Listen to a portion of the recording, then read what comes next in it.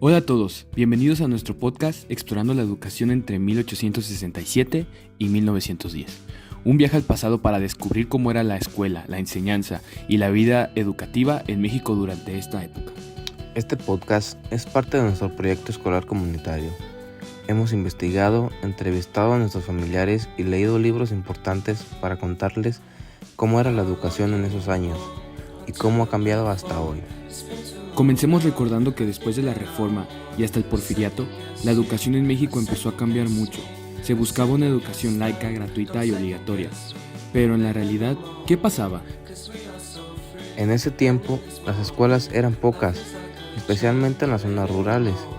Las clases se basan en la repetición, la memorización y la obediencia. Los maestros usaban métodos rígidos y había castigos físicos para corregir a los niños. Sí, la disciplina era muy importante. Se enseñaba a los alumnos a representar la autoridad sin cuestionar. Los libros de texto empezaban a aparecer, pero lo más común era aprender con pizarras, lápices y cuadernos sencillos. La religión también tuvo un papel importante por mucho tiempo, aunque con las reformas liberales la educación laica se fue imponiendo. Esto ayudó a que la escuela ya no dependiera tanto de la iglesia, pero causó discusiones y conflictos en muchas comunidades. Una de las cosas más tristes fue la desigualdad. La mayoría de las niñas, los niños indígenas y los hijos de campesinos no podían ir a la escuela, o si iban, solo eran un poco tiempo, porque tenían que trabajar para poder ayudar en casa. Las clases altas sí tenían acceso a mejores escuelas, con maestros formados y materiales de calidad. En cambio, las escuelas rurales, cuando existían, estaban en malas condiciones y sin apoyo. El Porfiriato impulsó la educación técnica para preparar obreros y trabajadores, pero no se enfocó en la educación para la libertad del pensamiento crítico. La educación se convirtió en una herramienta para formar personas obedientes y útiles al gobierno y a la economía. En nuestras entrevistas con familiares, muchos nos contaron que sus abuelos o bisabuelos solo aprendieron a leer y escribir, lo básico.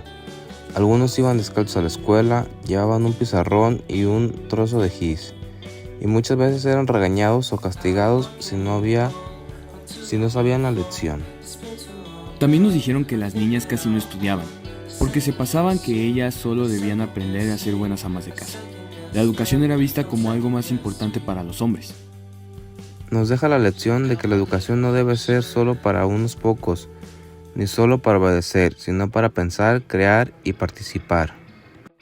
En esa época, el pensamiento positivista impulsado por Gabino Barreda y otros marcó la educación. El lema orden y progreso se aplicaba también a la escuela. Había un gran interés en la ciencia y la técnica, pero poco en la creatividad o el arte. Este modelo formó técnicos y profesionistas para el crecimiento del país, pero olvidó la educación de los sectores más pobres y marginados. Hoy podemos ver que la educación de 1867 a 1910 tuvo avances importantes, pero también muchas limitaciones. Sin embargo, había personas que valoraban mucho la educación y luchaban para que sus hijos estudiaran, aunque las condiciones fueran difíciles. También aprendimos que la educación rural e indígena fue olvidada por mucho tiempo.